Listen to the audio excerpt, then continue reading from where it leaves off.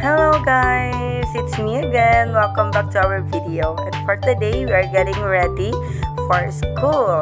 So, ayan lang, nag-ready na to ako kay it's Wednesday. So, Wednesday among class and kailangan na ako maglakaw. So, ayan. Actually, wala ko iliguan ni guys. Tapos, nag-toner lang ko. After nag-toner, nagbuta lang ko og moisturizer. It is a tinted moisturizer. So, for today, dito na ito mapugngan, magklase na jud ta, so nag-ready na ta. And mauna na siya, nagbutang na ako tinted moisturizer, tapos ako na siyang i-spread throughout my face.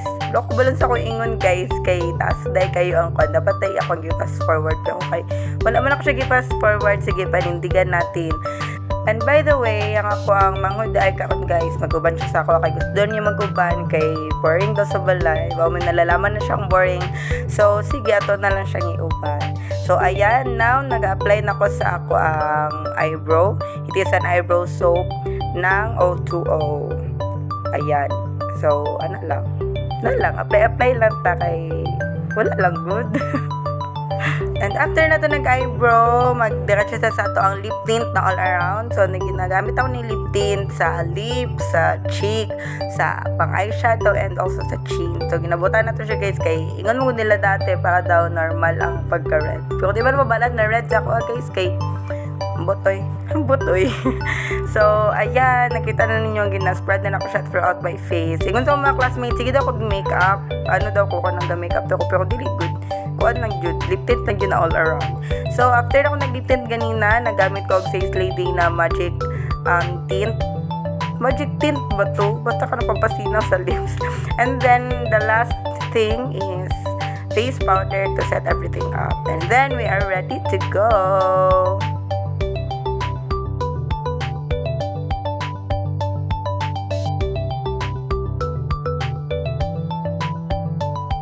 Alright, that's the final look. Maragol alay ni tabo sa akong face, no? So, wala lang. This time, I am packing up my things kay para makalakaw na ta. Siyempre, nagamit man taog atong mga gamit. So, ibalik na mo na to siya para mahinas na po siya ulit. And allow me to flex this bag na gihatag ni mama guys. So, free lang daw ni sa iyang mga namay atak. Pero, nindot kayo siya na bag guys. Nindot po diyang sulod. And, muna niya siyang ato ang OOTD ba dahil ni? And then, napaday ko yung another bag yatag sa akong classmate. Thank you, Abigail. And then, magsibay na to sa ato ang katri kay Marag. Magbabay na sa 3 days ta magstay sa Jensen. So, let's go. And naka na kong manghod. Excited kayo siya maglakaw. Nakapack na siya sa iyang mga gamit. Kay maglakaw na mi. Uban yun siya guys. Kay boring daw diri sa balay. And darit na maglakaw na jud mi, nantawa ko manghod mo ka mag-abroad, alos dili man buyaan. So namingaman ko sila mama guys, kay syempre wala na sila kauban sa balay, tas maglakaw pa jud ning isa na mong damulag, so wala na sila lingaw. And darit na nami sa van, we're traveling on Jensen to Jensen.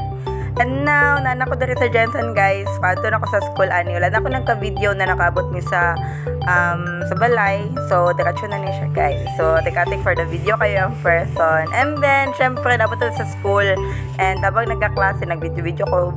Very slight lang man. Makita niyo akong classmate nga nag-cellphone. Mga wala ka paminaw. Napuyuban maminaw po. So, dapat mo istorbo. Hi, Sheena. So, ayan guys. So, habang ako, nag-video-video kadali, ako mga classmate ko, kita ninyo, very serious sila. Tapos ako nag-video-video lang ako sa Getty. And then, finally, humana dyan ang class. It's already 8 p.m. in the evening. 8 p.m. evening pa. And then, muna siya, pagawas nami guys. So, yung ano yung ka magawas kasi mag-excited kayo ang tanan maguli. And then, nag-travel na po, bato sa balay. So, mga after 20 minutes na hinulat og jeep, no, na yung jeep. Pag-abot sa balay, nag-prepare lang ako, magluto ko para makakaon ko, kay magtulog na ta. And nagan patagi mo on. So, that's all for today's video. So, I hope na nag-enjoy mo. And always remember nga, the Lord will always be with you no matter what. As long as you continue to abide in Him. Ganyan pa ni Lord, if you abide in Him, He will abide in us. So, if you remain in Him, He will remain in us. So, God bless everyone. So, natawan nyo nga nagkaon ko guys. Thank you so much for watching. Bye!